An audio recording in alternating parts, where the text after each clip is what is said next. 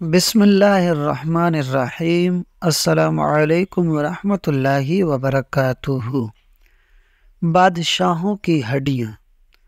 منقول ہے کہ ایک بادشاہ شکار کرنے کے لیے نکلا، مگر جنگل میں اپنے ساتھیوں سے بچھڑ گیا۔ اس نے ایک کمزور اور غمگین نوجوان کو دیکھا جو انسانی ہڈیوں کو الٹ پلٹ رہا تھا۔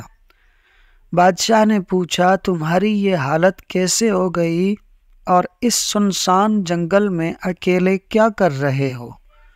اس نے جواب دیا، میرا یہ حال اس وجہ سے ہے کہ مجھے ایک طویل سفر درپیش ہے۔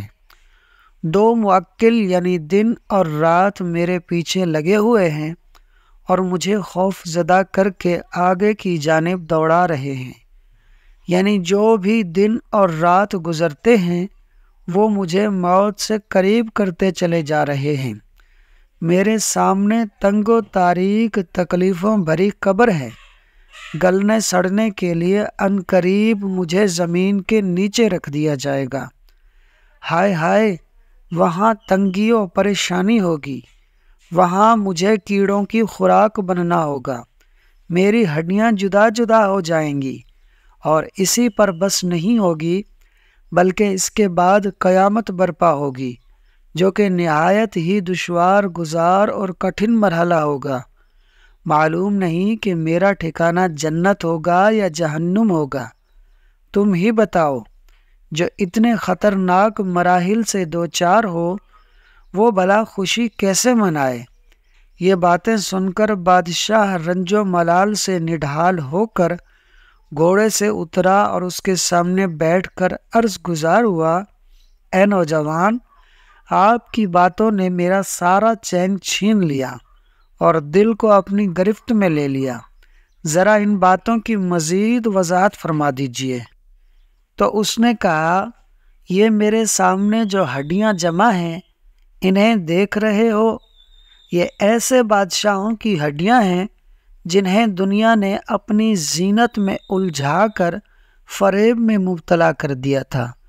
یہ خود تو لوگوں پر حکومت کرتے رہے، مگر غفلت نے ان کے دلوں پر حکمرانی کی۔ یہ لوگ آخرت سے غافل رہے، یہاں تک کہ انہیں اچانک موت آ گئی۔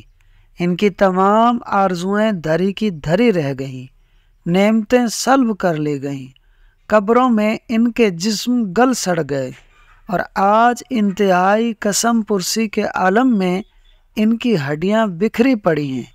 عنقریب ان کی ہڈیوں کو پھر زندگی ملے گی اور ان کے جسم مکمل ہو جائیں گے، پھر انہیں ان کے اعمال کا بدلہ دیا جائے گا، اور یہ نعمتوں والے گھر جنت یا عذاب والے گھر دوزخ میں جائیں گے۔ اتنا کہنے کے بعد وہ نوجوان بادشاہ کی آنکھوں سے اوجھل ہو کر معلوم نہیں کہاں چلا گیا۔ ادھر خدام جب ڈھونڈتے ہوئے پہنچے تو بادشاہ کا چہرہ اداس اور اس کی آنکھوں سے سیل اشک رواں تھا۔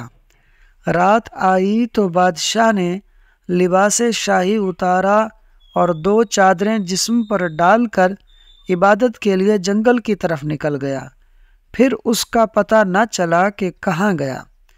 اللہ کی ان پر رحمت ہو اور ان کے صدقے ہماری بے حساب مغفرت ہو۔ دوستو، اس حکایت میں سفر آخرت کی طوالت اور اس میں پیش آنے والی حالت کا کس قدر رقت انگیز بیان ہے۔ پر اسرار مبلغ نے بادشاہوں کی ہڈیاں سامنے رکھ کر قبر و حشر کی جو منظر کشی کی وہ واقعی عبرتناک ہے۔ قبر و حشر کا معاملہ نہایت ہولناک ہے۔ اللہ پاک ہمیں قبر اور حشر میں بلا حساب و کتاب کامیابی عطا فرمائے، آمین۔ دوستو، ویڈیو اچھی لگی ہو تو لائک اور شیئر کر دیں، اور ہمارے یوٹیوب چینل فاز سنو کو سبسکرائب کر لیں۔ شکریہ۔ الحمدللہ۔